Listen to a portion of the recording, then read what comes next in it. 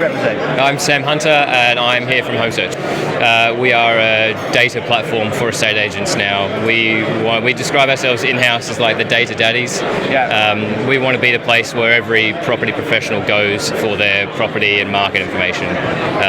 We are getting there. So yeah, we've done some cool stuff in this year and it's been very good to us, but we've got a long way to go in terms of products, features. But if you can imagine, like to use a really lame property analogy, the concrete slab of data is there. The foundations are set, and now we can just do what our users ask us to do. So last question was, do you think estate agents get that data is now becoming more important in how they market and compete with other agents? Repeat the question. Do I get that or do I get that estate agents think data is important? More and more so. For me it was kind of common sense, but I've been in property for 10 years despite how young I look. I guarantee you that somebody who's been doing this for 30 years longer than I have probably sees an innate need for property information lesser than somebody who didn't know much when they started and is acutely aware of what they don't know now.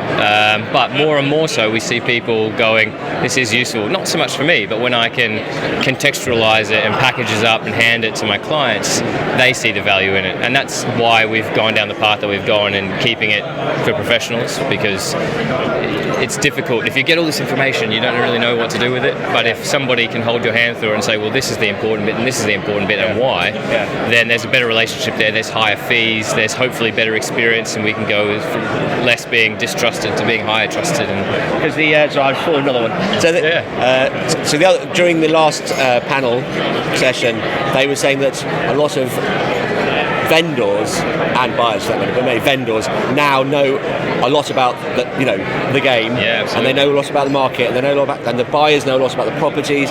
So this agent can no longer really say that they are expertise. Their expertise has to be greater than the consumers. So I suppose the direct question: agents therefore need this information, don't they? Because otherwise they're going to look a bit. From a business perspective, we think so. My view of agency when I was one and still now is that an agent's role is to be that conduit of information. So because you're having one-to-one conversations with potentially hundreds of people every month, you then can disseminate what's important, what the reality of the market is outside the noise, and then give that advice and that guidance one-to-one. What we do is we just give you the facts to drive those conversations. So one of the key things that's been really interesting is that a lot of our users now don't ring people up and offer free valuations anymore. They ring people up and say that this one and this one and this one, like yours, have sold. How has that, do you think, changed the value of your house? Because you ask that question and suddenly someone goes, well, I don't know.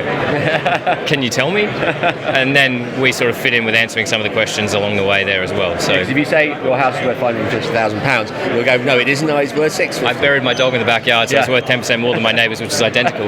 So yeah, we're giving people a basis at which to have those intellectual property-related conversations. Some agents get it, some don't. But more and more, we're changing mentalities, I think. Which has been the interesting thing of this whole journey so far.